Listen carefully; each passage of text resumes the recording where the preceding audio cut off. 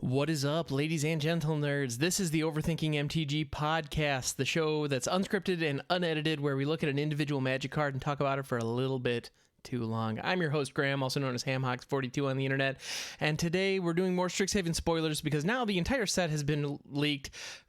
It's been released to the world, been let free, if you will, for us to enjoy and brew around and whatnot. And so there's one particular card that really caught my attention and has my imagination flowing, and I thought, hey, let's talk about it for at least 10 minutes. And that card is, drumroll please, Daemogoth Titan. And of course, I don't know why I act as though there's any suspense there. You've seen this episode title. You know exactly what I'm talking about. Anyway, Daemogoth Titan. Whenever Daemogoth Titan attacks or blocks, sacrifice a creature. Okay, and so that's not a particularly great ability. Also, it's a demon, but here's the part that's exceptional. It costs 4 hybrid Golgari, so hybrid black-green, and 4 of those. Okay, total mana value, or converted mana cost, if you will, of 4. For an 11/10. This is possibly the single largest creature to mana cost value that I've personally ever seen, with the exception of, never mind, Phyrexian Dreadnought comes to mind. It's a 13/13 for 1, but you got to jump through some hoops to make that thing work. But Daemogoth Titan, you also have to jump through some hoops to make it work, but that's only if you want to attack or block. And all you have to do is sacrifice a creature, which, if you're like me and you're playing Golgari colors anyway, you're going to want to sacrifice creatures anyway, because that's something that the color does all the time.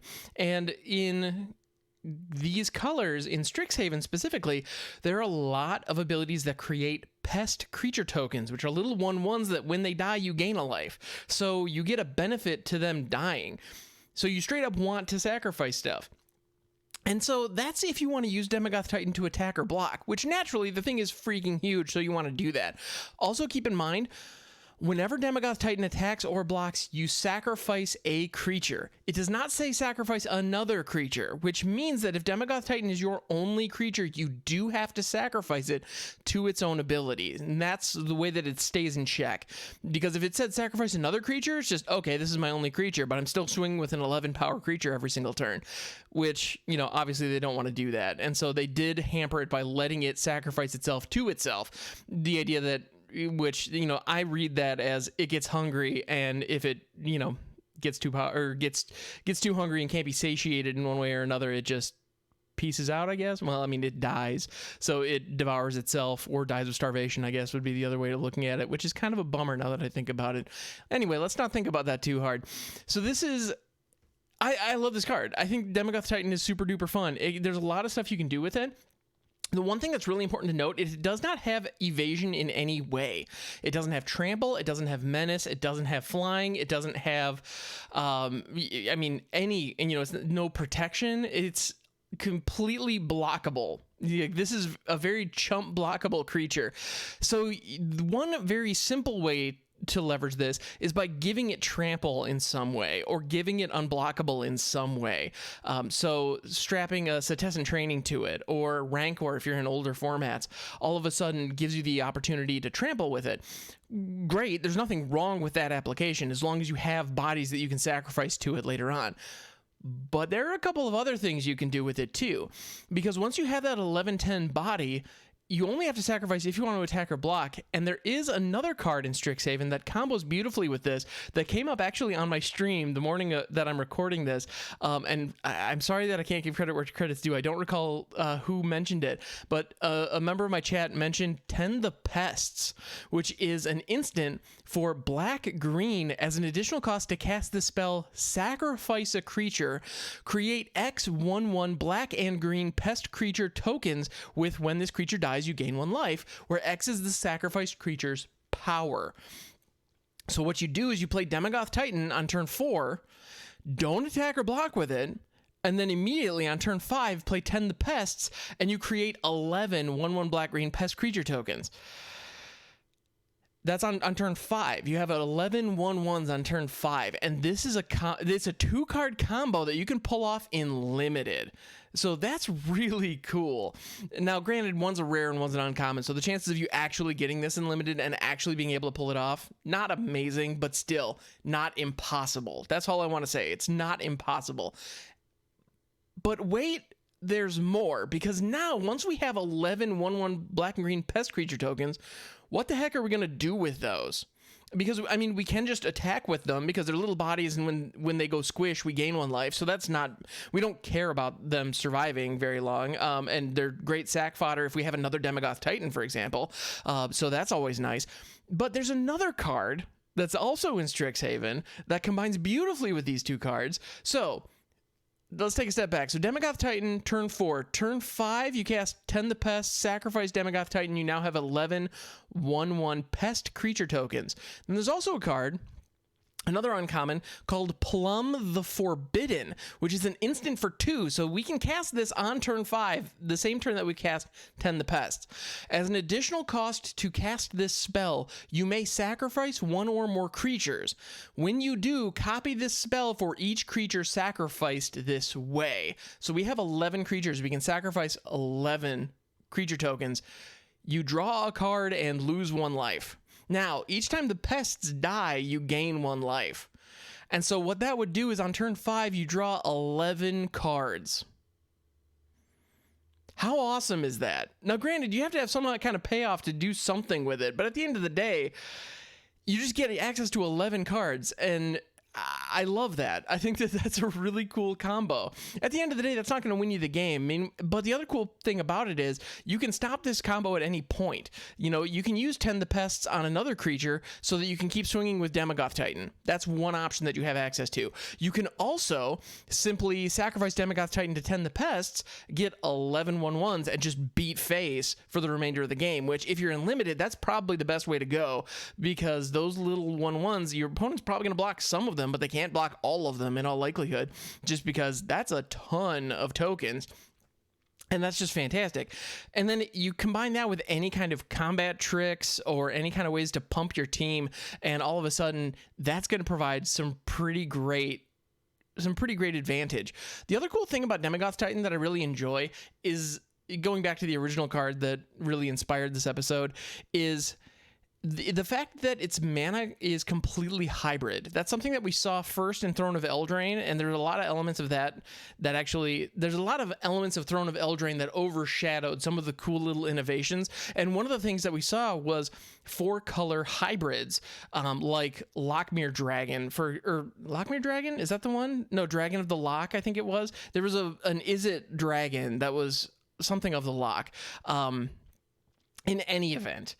And it had Lochmere Drake, maybe. Anyway, that's gonna bug me, but it was for hybrid Izzet, and then we also had Covetous Urge, which was for hybrid Dimir, and that was something that we saw quite a bit in Eldraine. I thought that was a really cool way of having mono-colored payoffs in 2 different colors simultaneously, without it going into colorless territory. I thought that was a really cool, elegant solution for that, because Eldraine was supposed to be a monocolor draft environment, or at least that was one of the themes that they were really pushing with, which is why the castles all reward you for having 1 land of the other type. But with Daemogoth Titan, we see that same kind of philosophy, where this could be green or it could be black, but it's best if it's going to be black and green if you're in 2 colors, because then you don't have to, you're not stuck with anything. The other, I just think it's cool. So in mono green decks, I could run Daemogoth Titan. In mono black decks, I could run Daemogoth Titan. And in both situations, we have seen other cards where all they are is big, and it has provided some pretty intense gameplay. In the case of green, we have Lovestruck Beast. It is a 5/5 for 3 with a downside, and it's one of the strongest cards in the meta right now. This is an 11/10 for 4 with a downside. Now, just think about that for a second. A 5/5 for 3 with 1 mild downside of having to have a 1/1 in order to attack with it. Well, and actually, Daemogoth Titan is similar in that you need something small in order to attack with it. Granted, you sacrifice the thing, but still. And then the other, in black, the other card that we have is Rotting Regisaur from M20, I believe it was, which was a 7/6 for 3 with a downside where you had to discard a card during your turn. Now, that card wasn't quite... When that card first got spoiled, everyone thought, oh my goodness, the sky is falling. The world will never be the same. This is the greatest card ever. Wizards, what's wrong with you? And what actually it ended up being is a really solid role player in mono black aggro.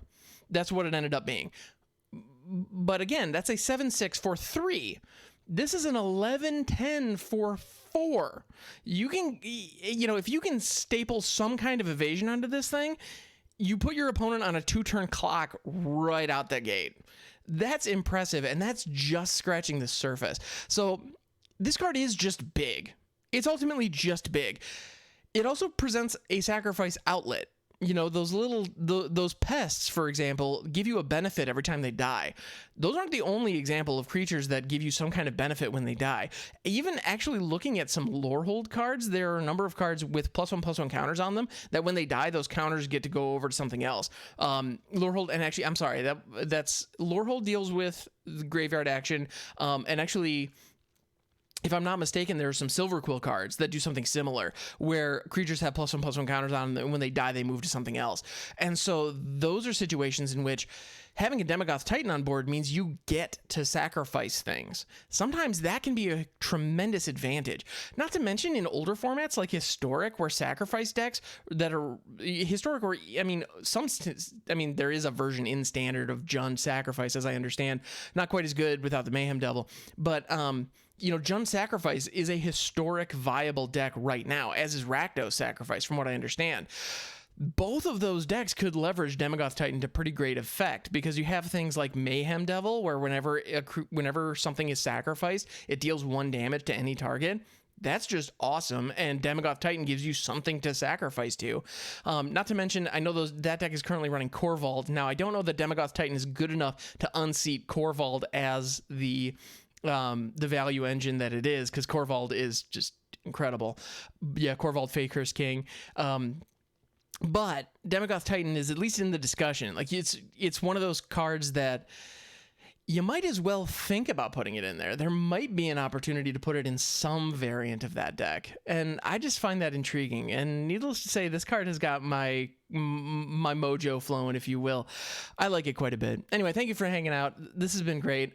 If you enjoyed what you see, please don't hesitate to subscribe to the channel if you're watching this on YouTube. If you're listening on your favorite podcasting app, please rate and review the show. It really helps out. Spread the word and get more eyes and ears on the channel, and that means the world. So thank you so much. I appreciate you. You can also catch me on Twitch, twitch.tv/hamhocks42. Thank you so much. Don't forget, you're a good person, and you deserve to be happy. I'll catch you next time.